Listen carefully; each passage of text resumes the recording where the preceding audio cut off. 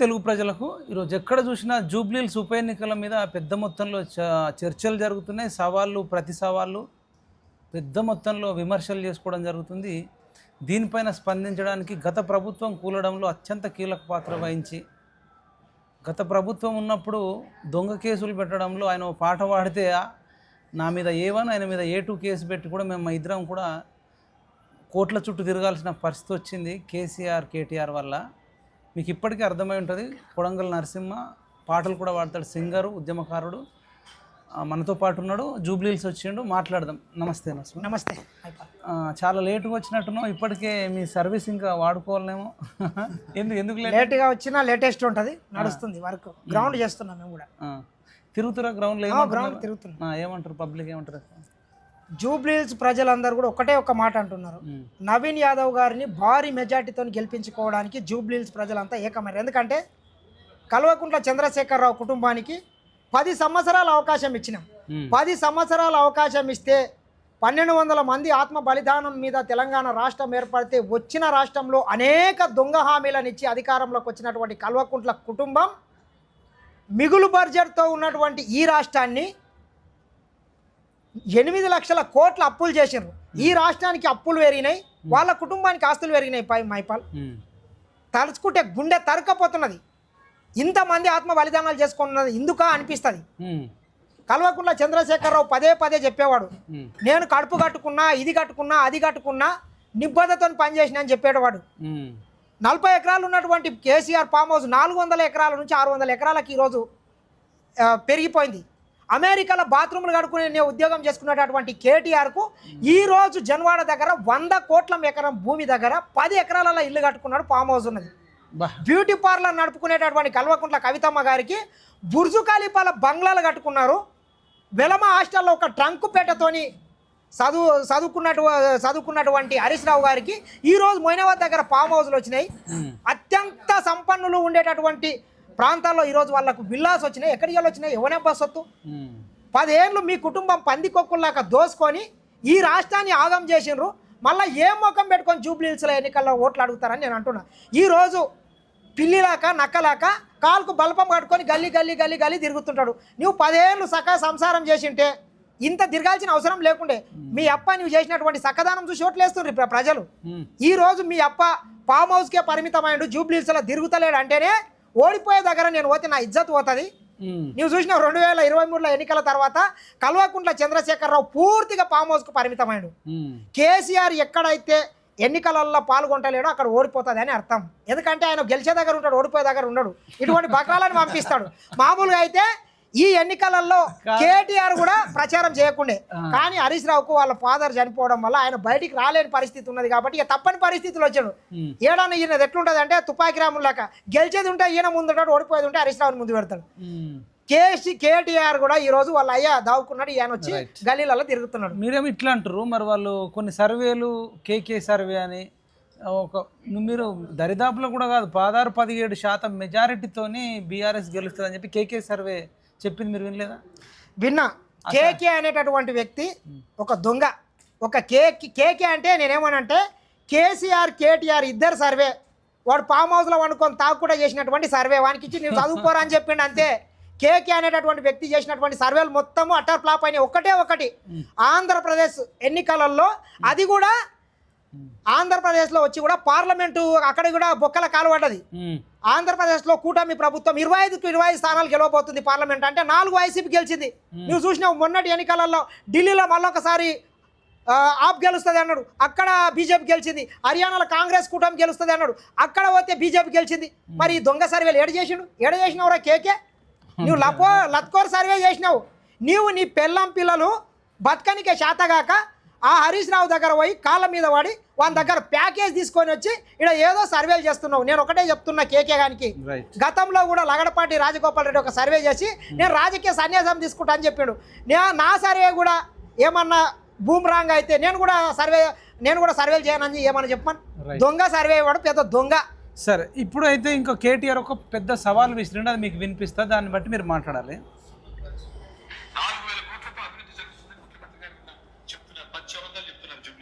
నేను టీవీ5 ద్వారా నేను ముఖ్యమంత్రి గారిని సవాల్ చేస్తాను. నిజంగా ఆ 4,000 కోట్ల అభివృద్ధి యొక్క జీవోలు చూపెట్టమనండి, ఎక్కడ జరుగుతున్నాయో కంటోన్మెంట్ లో చూపెట్టమనండి. నేను వెంటనే నా మొత్తం పదవికి రాజీనామా చేసి రాజకీయాల నుంచి తప్పుకుంటాను.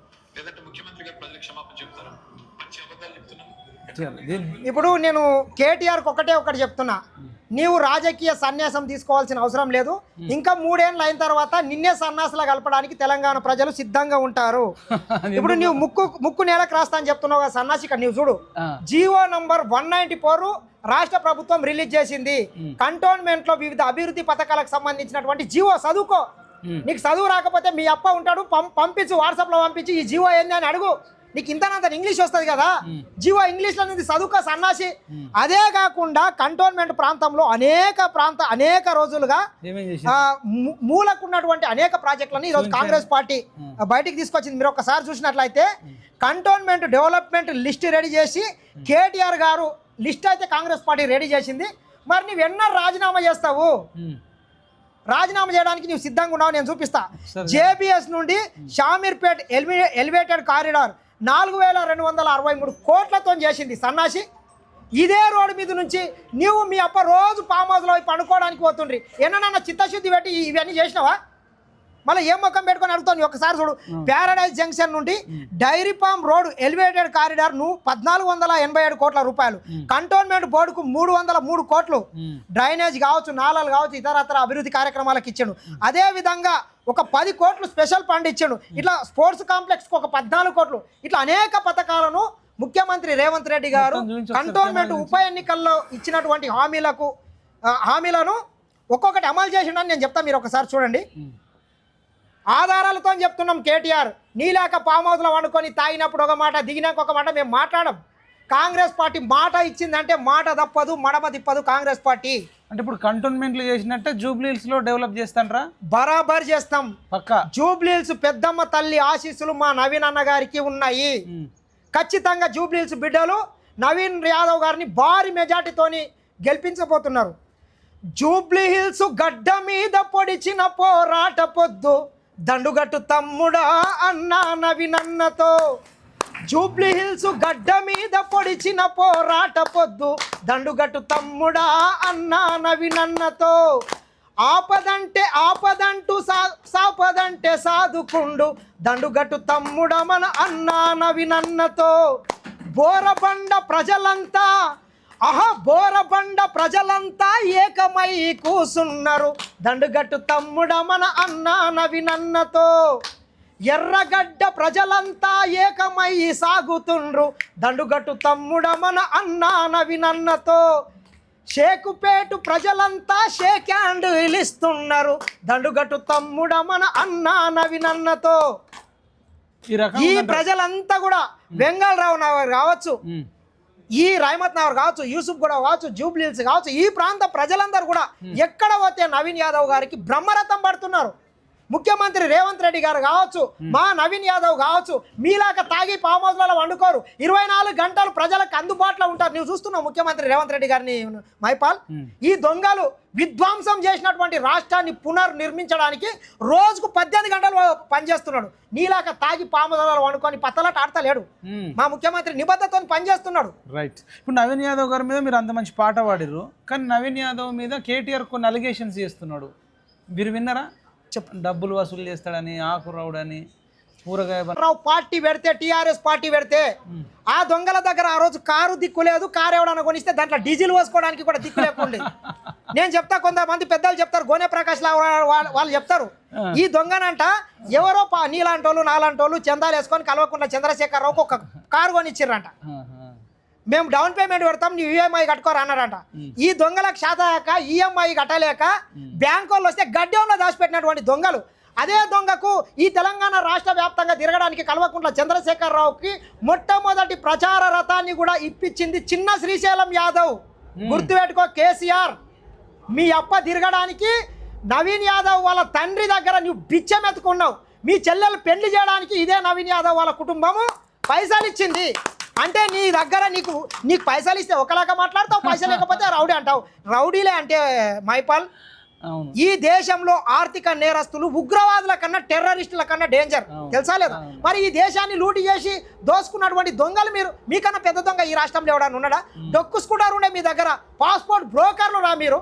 ఈ రోజు వేల కోట్ల ఆస్తులు అంతస్తులు. ఒకసారి వాడు మన మీద కేసు అయింది. తర్వాత ఇప్పుడు తెలంగాణ రాకన ముందు పాట రూపంలోనే చెప్పాలి. తెలంగాణ రాకన ముందు మీ బతుకులు ఎట్లున్నాయని ఆ రోజు నేను పాట రాస్తే ఆ దొంగ మన ఇద్దరి మీద కేసు పెడితే ఈ రోజుకు ఆ కేసుకు మేము దుండిగాల్లో తిరుగుతున్నాం. నేనేమన్నా అంటే తప్పు లేదు, తప్పేం లేదు, దాంట్లో ఉన్నదే వాడినా. గలగల్ల పారెట్టి గంగమ్మ తల్లినే నీ ఫామ్ హౌజులోనికి మళ్ళించినావయ్యా, కాళేశ్వరం తోటి బంధాల ఎకరాలు నీ ఫామ్ హౌజు లోపల పండించినావయ్యా. ఎట్లుండే మీ బతుకులు గతమంతా తెలంగాణ రానప్పుడు, ఎట్లుండే మీ బతుకులు గతమంతా పాసుపోటు బ్రోకర్లు, ఎట్లుండే మీ బతుకులు గతమంతా డొక్కు స్కూటరు రైడులు, ఏడేండ్ల ఈ పొద్దులో మీ ఇంట వేల కోట్ల ఆస్తులు, తండ్రికి ఒక ఫామ్ హౌస్, కొడుకుకొక ఫామ్ హౌస్, బిడ్డకొక ఫామ్ హౌస్, నేడు అల్లుడు హరీషు సంతోషులేమో అంబానీ ఆదానీలకు పోటీ నేడు. ఆస్తులలా ఇట్లా పాట పాడితే ఉన్నది ఉన్నట్ల పాట పాడితే ఆ దొంగలు మన మీద కేసులు పెట్టి అనవసరంగా మనల్ని ఇబ్బందులకు గురి చేసినారు. వాళ్ళు ఎన్ని కేసులు పెట్టినా, ఎన్ని కుట్రాలు చేసినా, ఎన్ని కుతంత్రాలు చేసినా వాళ్ళ కుక్క బుద్ధి గిట్టని ఉంటుంది అని చెప్పి మనము చట్టాన్ని గౌరవించి ఈరోజు కేసులు ఎదుర్కొంటాం. దొంగలే రౌడీ షీటర్లు అంటే మీకన్నా పెద్ద రౌడీలు, మీకన్నా పెద్ద దొంగలు. అంతా ఎందుకు? ఇటీవల బీఆర్ఎస్ పార్టీలో చేరినటువంటి సల్మాన్ ఖాన్ మరి ఎవడు 50 కేసులు ఉన్నాయి, పీడీ యాక్ట్ కేసులు ఉన్నాయి, పోక్సో కేసులు ఉన్నాయి. నీవే పెట్టించినావు కదా దొంగ. మరి ఆ దొంగ నీవు ఎందుకు కలుపుకున్నట్లు? మైనర్ బాలిక మీద లైంగిక వేధింపులు ఆ దొంగని నీవు ఈ రోజు ఎందుకు కలుపుకున్నట్లు? కేసు పెట్టింది కూడా కేటీఆర్. కేసు పెట్టింది కేటీఆర్. మళ్ళీ అంత దగ్గరకు వస్తే పునీతుడు అయిపోతాడంట. ఇది ఎక్కడ? ఇది నాకు అర్థం కాదు. ఇంత చిన్న లాజిక్ మర్చిపోతే ఎట్లా రామారావు నీవు? అంటే అడిగేటోళ్ళు లేక వినయ జాగిరి ఇంకా మా అప్పని ముఖ్యమంత్రి అనుకుంటున్నాడు. వాడెవడో నిత్యానంద స్వామి గాడు ఈ నుంచి దింగుతాడో యానో దగ్గర దీవు అనుకొని నేను ఈ దానికి ఒక చిన్న దేవికి నేను ప్రధానమంత్రిని, వీళ్ళంతా నా మంత్రివర్గం అని ఎట్లా చెప్పుకుంటున్నాడు. వీళ్ళు కూడా ఇంకొక 3 సంవత్సరాల తర్వాత ఆ ఎర్రవెల్లి ఫామ్ హౌస్ కు వాళ్ళప్ప మొత్తం పీఠాధిపతి అవుతాడు. వీళ్ళందరూ దానికి ఒకరు కల్వకుంట్ల కవితమ్మ, ఒక గవర్నర్ ఉంటుంది, ఇంకోడేమో ప్రధానమంత్రి ఉంటాడు, ఇంకో రాష్ట్రపతి ఉంటాడు. ఆ సామ్రాజ్యంకి మీరు అవుతారు. కానీ ఈ తెలంగాణ ప్రజలు మీ ముఖం మీద చీకొట్టి ఉమ్మేయడానికి సిద్ధంగా ఉన్నారు. ఇప్పటికే ఉమ్మేసారు. జూబ్లీస్ ఒక్కటి మిగిలింది, ఈడ కూడా ఉమ్మిపించుకొని పోవడానికి సిద్ధంగా ఉన్నారు. రైట్. ఇంకొకటి మధ్యకాలంలో చేవెళ్ళలో పెద్ద సంఘటన జరిగింది. మీది అటు కొడంగల్ కదా, మీకు అట్లా రాకపోకలు కూడా ఉంటాయి. అసలు ఏందా సంఘటన? చాలా బాధ. ఆ ప్రాంతం వాసిగా, ఆ జిల్లా వ్యక్తిగా మా బిడ్డల ఉసురు తగిలిపోతుంది కల్వకుంట్ల చంద్రశేఖరరావు కుటుంబానికి. ఎందుకంటే పోతివిరో రామన్న పేదొల్ల ఉసురు తగిలి, పోతివిరో రామన్న మా బిడ్డల ఉసురు తగిలి, పసిగుడ్డుల ఉసురు తగిలి, పోతివిరో రామన్న పేదొల్ల ఉసురు తగిలి, పోతివిరో రామన్న. అత్యంత బాధాకరమైనటువంటి సంఘటన. ఎందుకంటే నేను ఒకటి చెప్తా మైపాల్, తెలంగాణ రాష్ట్రం వచ్చిన తర్వాత హైదరాబాద్కు చుట్టూ ఒక 10 జాతీయ రహదారులు ఉంటాయి.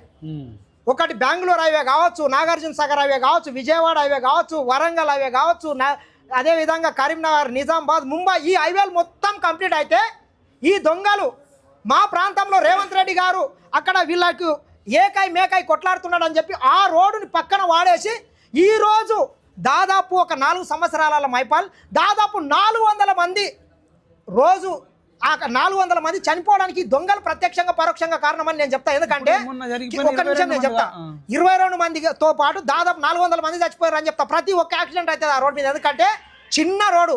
నిజాం నవాబ్ ఉన్నప్పుడు ఈ నిజాంలు గోల్కొండ నుంచి వికారాబాద్ వరకు వెళ్ళేటటువంటి క్రమంలో ఎండలు అవే ఇబ్బంది అని ఆ రోజు వాళ్ళు మర్రి చెట్లు నాటేసుకున్నారు.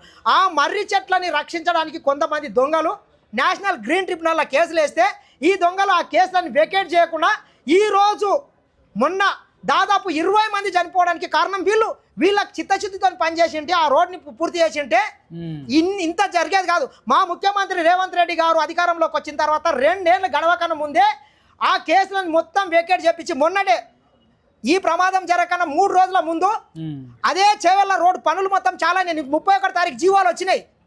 అదే పని నువ్వు 2 ఏళ్ల ముందు చేసి ఉంటే ఇంతమంది ఈ రోజు అమాయకమైనటువంటి ప్రజలు చచ్చిపోయే వాళ్ళు కాదు. మాకు అత్యంత బాధ ఆ ఘటన జరగడము. అసలు కల్లో కూడా మర్చిపోయే పరిస్థితి వచ్చింది మా జిల్లా. ఆ సంఘటన జరిగింది పొద్దున మొన్న.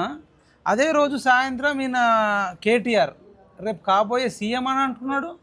మా తండ్రి వాళ్ళ తండ్రి 10 ఏళ్ళు సీఎం చేసిండు, మా కుటుంబ పార్టీ తెలంగాణలో అంతా మా కుటుంబ సభ్యులు అన్నోడు తండ్రి పోలే కొడుకు పోలే పోగా డ్యాన్స్ ఎట్లా చేస్తున్నాడు మీరు ఒకసారి చూడాలా. దీన్ని మీరు ఏం చెప్తారో చూద్దాం ఒకసారి. తెలంగాణ ప్రజలకు తెలుగు ప్రజలకు తెలవాలన్న ఇంట్లో నోటితోనేమో తెలంగాణ ప్రజలంతా మా కుటుంబ సభ్యులే, మా నాన్న కుటుంబ పెద్ద అని చెప్తే మరి 22 మంది చనిపోతే కుటుంబ పెద్ద ఏడికిపోయిండు. తెలంగాణ ప్రజలారా మీరు చూడాలా, ఇది చూడు ఒకసారి ప్రజలకు చూపు, రాష్ట్ర ప్రజలకు. నువ్వు చూసినాక నేను చూపిస్తాను. ఆ రోజు సాయంత్రం మళ్ళీ బోరబండలో ఒకసారి చూడండి తెలుగు ప్రజలారా. ఈయనట రేపు సీఎం అవుతా అంటుండు, వీళ్ళ తండ్రి ఆల్రెడీ 10 ఏళ్ళు సీఎం చేసినోడు. కుటుంబ సభ్యులు తెలంగాణ అన్నప్పుడు అందరం దుఃఖంలో ఉన్నాం. సరే నువ్వేదో ప్రచారం చేసుకుంటే చేసుకో, చిందులు వేస్తున్నావు, డ్యాన్స్ చేస్తున్నావు, డ్యాన్స్ చేపిస్తున్నావు, ఔరేక్ పక్క అంటున్నావు నాగా. అంటే తెలంగాణ ప్రజలారా వాళ్ళు నోటితోని మెచ్చుకుంటారు, నొసలతో ఎక్కిరిస్తారు. మనం ఇంకా గమనించకపోతే ఇంకా అమాయకులము. దీని మీద నరసింహ మరి ఏమన్నా చెప్తావా, పాట రూపంలో చెప్తావా? ఈ దొంగ నేను ఇందాక చెప్పినా కదా, మానవత్వం మరిచి జనరల్గా 2 రాష్ట్రాలలో ఇప్పుడు మనశ్శాంతి లేకుండా పోయింది ఆ సంఘటన చూసిన తర్వాత. ఎస్పెషల్గా 3 అక్క చెల్లెళ్ళు అనే సంఘటన కాదు, దాదాపు 20 మంది చనిపోవడము. ఒక కుటుంబంలో 3 అక్క చెల్లెళ్ళు. కనీసము వాళ్ళు అయ్యా సరే ఆయనకు ముడ్డి లేస్తలేదు కాబట్టి పాము హౌస్లకు పరిమితమయ్యాడు. మరి ఈ సన్నాశాన్ని రావలేదు, సరే రాకపోను పొద్దుమికల చిందులేయడం ఏంద్రా? ఈ తెలంగాణలో ఉన్నటువంటి 4.5 కోట్ల ప్రజలు దుఃఖ సాగరంలో ఉండి ప్రతి చనిపోయిన బిడ్డ వాళ్ళ కుటుంబ సభ్యుడు చనిపోయిన అనే విధంగా వాళ్ళు బాధలు పడుతుంటే నువ్వు బోరబండలా ఇట్లా చిందులేయడానికి నీకు మనసు ఎట్లా వచ్చింది? ముఖ్యమంత్రి కాదు కదా, నేను చెప్పినా కదా ఇందాకనే, వాళ్ళ ఫామ్ హౌస్ కు ముఖ్యమంత్రి అవుతాడు ఆయన. ఆయనకు రాజకీయ లక్షణాలు లేవు. ఆ ప్రాంతంలో ఆ సంఘటన జరగడానికి కారణం కూడా వీళ్ళే. ఈ తెలంగాణ రాష్ట్రంలో ఇంకా ఇటువంటి సంఘటనలు అనేక జరగాలి. అట్లా జరిగి ఈ కాంగ్రెస్ ప్రభుత్వానికి కొంత మచ్చ వస్తే అట్లనన్నా దాన్ని రాజకీయంగా మేము వాడుకొని 4 సీట్లు 4 ఓట్లు వేపించుకోవచ్చని ఈ దొంగకు దుర్నీయత ఉంటుంది. అది మంచిది కాదు. తెలంగాణ ప్రజలు విజ్ఞులు, ఖచ్చితంగా కర్ర కాల్చి వాత పెడతారు. జూబ్లీహిల్స్ ప్రజలు అంతకన్నా విఘ్నతతోని ఆలోచన చేస్తారని నేను ఖచ్చితంగా చెప్తాను. అది బాధాకరమైన విషయం. ఇక దాన్ని మనం ఎక్క మాట్లాడి కూడా ఇప్పటికే చాలా బాధలు ఉన్నాం. ఎందుకంటే మా జిల్లా, మా ప్రాంతం ప్రజలు, మా అన్నదమ్ములు చాలా మంది చనిపోయారు, అందులో మా తెలిసిన వాళ్ళు చనిపోయారు. చాలా బాధ. దానికి కారణం అంతా కూడా ఈ కుటుంబ సభ్యులే. అంతేందుకు కొండ విశ్వేశ్వరరెడ్డి చెప్పిండు, స్థానిక MLA, BJP MLA Chevella MP చెప్పిండు. ఆయన ఏమన్నాడంటే ఈ నిర్లక్ష్యానికి కారణము కల్వకుంట్ల కుటుంబం అని చెప్పిండు. 10 ఏళ్ళు ఈ రాష్ట్రంలో అధికారంలో ఉండి కనీసం 4 పిటిషన్లు వేసిండు. వాళ్ళ దగ్గర పోయి కూర్చొని మాట్లాడి ఏదో రకంగా సెట్ చేస్తే అయిపోయేది కదా. చేయకుండా ఈరోజు మళ్ళీ పండ్లు ఇగలబట్టేటట్లు పాస్వర్డ్లు తెరుచుకొని పక్క నవ్వుతున్నాడు సిగ్గుదాపినోడు. తెలంగాణ ప్రజలు ఖచ్చితంగా ఈ విషయంలో కూడా ఆలోచన చేసి బుద్ధి చెప్పాలని మరొకసారి నేను కోరుకుంటున్నాను. రైట్ నరసింహ, ఫైనల్గా ఇంకేదన్నా ఒక పాట రూపంలో ఏదన్నా నీకు అంటే ఇది దుర్మార్గాల కోసం పాడతావా లేకపోతే ఇంకేదన్నా? ఏం లేదు, తెలంగాణ రాష్ట్ర వ్యాప్తంగా ఉన్నటువంటి ప్రజలందరికీ నేను ఒకటే చెప్తున్నా. ఈరోజు తెలంగాణ రాష్ట్రంలో ఈ హైదరాబాద్ మహానగరం ప్రపంచ పటంలో ఈరోజు వెలిసిందంటే కాంగ్రెస్ పార్టీ తీసుకొచ్చినటువంటి అనేక సంక్షేమ పథకాలు. కల్వకుంట్ల చంద్రశేఖరరావు అమ్ముకున్నటువంటి ఔటర్ రింగ్ రోడ్ కావచ్చు, ఇంటర్నేషనల్ ఎయిర్పోర్ట్ కావచ్చు, అదేవిధంగా ఈ ముందరికెళ్ళే పోయినటువంటి మెట్రో రైలు కావచ్చు, ఇట్లా అనేక సంక్షేమ పథకాలని కాంగ్రెస్ పార్టీ తీసుకొని వచ్చింది. జూరాల జల అలజడి నడుగు, సింగూరు కొంగ పక్షుల నడుగు, శ్రీశైలం శివలింగము నడుగు, శ్రీరామ్ పాదము సాగరు నడుగు, కాకతీయుల కాలువ నడుగు, కడముల కరిగిన కండల నడుగు, బండలు పగిలిన పల్లెల నడుగు, ఎల్లంపల్లి పల్లెల నడుగు, పల్లెలు దాటిన పైపుల నడుగు, చిందిన రక్తపు చుక్కల నడుగు, మొలసిన మొక్కల వేర్లతో అడుగు, అడవితో కప్పిన కొండల నడుగు. కావా కావా కావా ఇవి కళ్ళుండి చూడలేవా, ఇవి కాంగ్రెస్ చెమటలు కావా, నీ కంటికి కనబడలేదా, ఇది చరిత్ర చెప్పిన సత్యం, దాచేస్తే దాగదు నిత్యం, నిజమే నిజమే ముమ్మాటికి కాంగ్రెస్ జయమే, కాంగ్రెస్ జయమే. ఈ ప్రాంతంలో కూడా కాంగ్రెస్ పార్టీ చేసినటువంటి అభివృద్ధి సంక్షేమ పథకాలే ఉన్నాయి. ఆ రోజు పేదల పెన్నిదిగా కలుసుకున్నటువంటి పీజేఆర్ ఏలిన గడ్డ మరొకసారి పీజేఆర్ పార్టీ నుంచి ఆయన ఎమ్మెల్యేగా గెలిచినటువంటి పార్టీ కాంగ్రెస్ పార్టీ అభ్యర్థి నవీన్ యాదవ్ గారిని భారీ మెజార్టీతో గెలిపించాలని మరొకసారి కాంగ్రెస్ పార్టీ అభ్యర్థిని అసెంబ్లీకి పంపి ఈ జూబ్లీహిల్స్ నియోజకవర్గాన్ని సర్వాంగ సుందరంగా తీర్చిదిద్దడానికి ఒక యువకుడు, ఉత్సాహవంతుడు, ఈ ప్రజలకు అందరికీ స్థానికుడు. ఇంకొకటి చెప్తున్నాడు, ఈ దొంగ కల్వకుంట్ల డ్రామారావు ఒకటి చెప్తున్నాడు, నాకు బాధ అయింది. ఏదో ఆడబిడ్డనంట, రౌడీ బిడ్డనంట. మరి మేము కూడా అంటాం రా, ఆంధ్ర బిడ్డ, తెలంగాణ బిడ్డ అంటాం. అనలేకనా మేము? ఆంధ్రాలో అడుగులకు మడుగులెత్తుకుంటా, వాళ్ళు ఇచ్చే మూటాలు ముల్యాలు తీసుకుంటా, వాళ్ళ ముష్టి సంకనాకుంటా తెలంగాణ బిడ్డలను అవమానపరుస్తావు సన్నాసి. తెలంగాణ బిడ్డలు ఖచ్చితంగా విఘ్నతతోని మన ప్రాంతం వ్యక్తి, లోకల్ వాడు, స్థానికంగా ఉంటాడు. మీ ఆపదల్లో, మీ కష్ట సుఖాల్లో ప్రతి దానికి మీకు అండగుంటాడు యువకుడు. ఎక్కడ ఏ సమస్య వచ్చినా 24 గంటలు కొట్లాడడానికి నవీన్ యాదవ్ ఉన్నాడు. నవీన్ యాదవ్ వెనక ఈ రాష్ట్ర ముఖ్యమంత్రి రేవంత్ రెడ్డి గారు ఉన్నారు. ఇక్కడ 4.5 లక్షల మంది ప్రజలు నవీన్ యాదవ్కు మద్దతు ఇస్తున్నారు. ఇప్పటికున్న సమాచారం ప్రకారం 30 నుంచి 40 వేల ఓట్ల మెజార్టీ అంటున్నారు. ఇంకా 2-3 రోజులు అయితే అది 50,000, 60,000 కూడా కావచ్చని నేను అనుకుంటున్నా. భారీ మెజార్టీతో జూబ్లీహిల్స్ ప్రజలు కాంగ్రెస్ పార్టీ నవీన్ యాదవ్ అభ్యర్థిత్వాన్ని ఖరారు చేయబోతున్నారు. Right, thank you Narasimha.